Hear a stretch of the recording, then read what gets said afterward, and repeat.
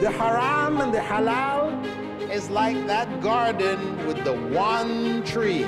Allah. One tree, haram, all of the rest, halal.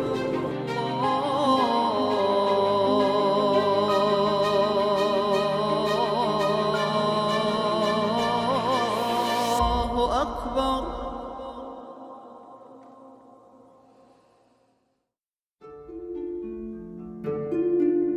The idea of halal living is as old as humanity.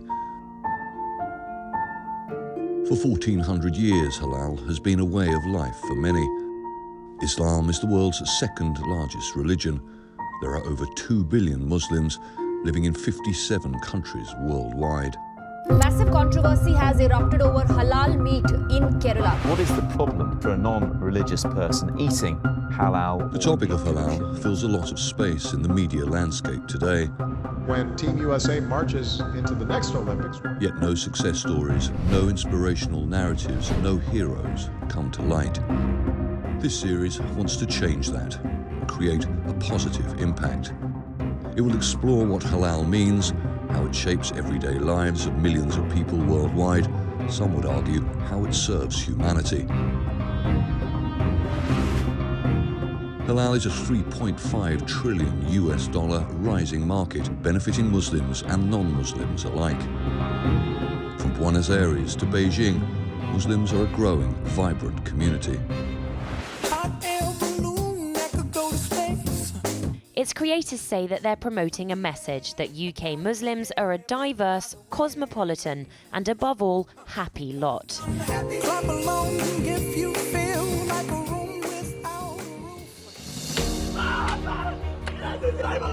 However, stereotypes about Muslims have been deadly across continents. China says the camp stopped Muslim Uyghurs from becoming extremists. A very long time, really the only Muslims that you saw on TV were the Muslim villain who would scream Allahu Akbar and then blow himself up. And then there was like the good Muslim. So you have that great movie Body of Lies. You're like, oh look, it's a Muslim guy who's good. He's like with the CIA. No, he's dead. Like 3 minutes into the movie, he's done. This is what genocide looks like. The justice system in Muslim countries, you don't think, is somehow more primitive or subjugates women more than in other countries? Did you hear what you just said? You said in Muslim countries. Please don't generalize about 1.7 billion people in the world. But is this what this ancient civilization is about? One smile, one cry, we're all equal. Muslims have a lot to offer: a Muslim entertainment industry, healthy food, safe travel, a fairer economy, and much more. In recent years, halal hotels have taken off. Realising the success of the Sharia-compliant banking and investment sector, they are modifying their establishments to offer halal products and services, hoping to achieve similar results. But global inequality reigns. Is this how we want our children to live? And can we afford an unjust system to thrive? The rich are getting richer, the middle are barely holding on, and the poor are getting poorer. And that there are fundamental unfairnesses that have to go with greed in banks and greed in Washington that make this continue. Did you know that interest or usury was once banned in Christianity? Islam prohibits interest due to the following reasons. Interest inculcates miserliness, selfishness, callousness, indifference, inhumanity, greed, and worship of wealth. Modern Islamic banking dates back to the 1920s. Islamic finance is a type of finance, a type of economy that not only encourages the free market economy, but also ensures that there is adequate regulation against greed. Islamic finance has the potential to contribute to higher and more inclusive economic growth. The main difference between Islamic banking and Western traditions is there's no interest. It's all about sharing risk, profit and loss. In effect, the financier becomes a partner in the business. Islamic finance assets worldwide are projected to grow. Can an Islamic financial system create an enabling environment? We don't invest in any arms related, any pornography related. We don't invest in any gambling, any tobacco, or any alcohol related activities, and we do not invest in any interest bearing activities as well. So this is fundamentally different to the way that conventional banks actually operate.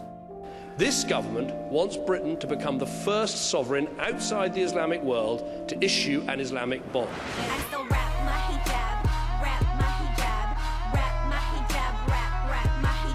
Halal living is also about how we dress. It's part of our identity. But should mega brands define us?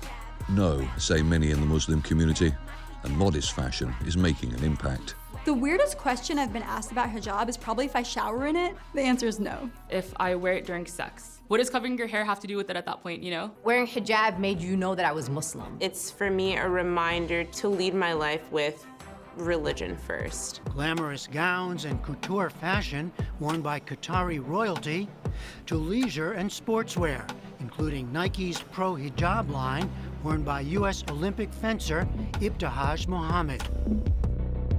The burkini, combining the words for burqa and bikini, was temporarily banned in some French towns. But millions of Muslim women around the world are making their own choices. When people see a covered woman, they just assume that, you know, it's so anti-feminist, and, you know, somebody must have told her to do that. That's the stereotype. That's the stereotype. We're being unapologetically Muslim, and if you don't like it, literally get lost of it. The Modest Fashion Week is not only for Muslims. The clothes comply with Muslim values, but the designers say they get interest from women of all faiths. Halal fashion also applies to cosmetics. I'm calling out the entire makeup industry. These companies are telling you, yeah, it's gentle, it's safe. And then 10 years down the line, oh my God, I'm infertile. Oh my God, I have cancer. But can beauty products be safer?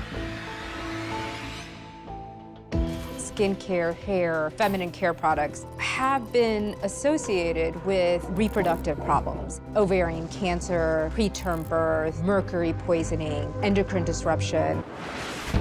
How about the pharmaceutical industry? A multi-billion-dollar industry with little ethical oversight.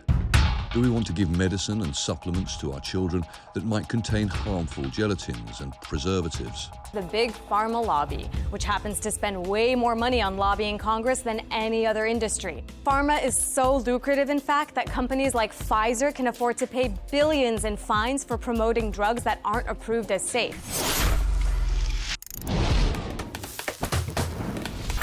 Food is what we normally associate halal with. The most important decision anyone makes every day is what they elect to put in their mouths. It's not just how a turkey is killed that is important for halal or kosher certification. The animal must not be diseased. If the turkey has tumors or cysts, it's not certified. The meat must not come in contact with contaminants, you know, like worms, bugs, dirt, feces, bacteria, things that are also not allowed by federal meat inspectors. All the blood must be allowed to drain out before packaging. Pam, you wrote, I wouldn't knowingly buy a halal turkey, would you? Actually, I would. In fact, most Americans who eat turkey would probably be more likely to buy a halal or kosher one if they knew what it stood for. The kosher rules concerning animal welfare doesn't start in the slaughterhouse. When the animals are stunned, that's actually inflicting pain on animals. Artificial food dyes, found in cakes and sport drinks and cheese and candy and Fruit Loops. If it's bright to the eye, it's probably dye. Artificial food dyes are linked to hyperactivity and brain cancer. But conclusive research is elusive, so Billy's birthday cake is probably safe. Quick's halal menu has been welcomed in the suburbs of Paris. It's revolutionary to see a non-Muslim chain offering halal. With an estimated 3.3 million Muslims currently living in the US, there's plenty of opportunity to break bread. Food is a very nice way of trying to allay fears. All three major religions command that we eat pure, but the toxic food industry is killing us. People are now working to change that. What is on our plate is really affecting our environment. We have been putting the wrong fuel in our body. I need to make a change, but what do I do? Can halal food lead the way? What's on your plate? Imagine a healthy ocean, its abundance and vitality restored. And not just any ocean, your ocean. Every corner of every ocean around the world, vibrant, abundant, and productive. How can we give our children a better future? What if we can reduce oil pollution and end over-harvesting and overfishing? What if there is a more fair global economy and a better way of life? Can a halal approach lead the way? The good news is that it is possible. But we are standing in our own way. This man, Mo Salah, has been... Through human stories, this series will present a variety of role models for our children. No human being should remain unemployed. Modern-day living examples of inspirational success stories about people who live by the highest ethical standards. Stories have the power to break through the walls that separate us into different ethnicities, different cultures, different nationalities, different races, different religions, because they hit us at the human level.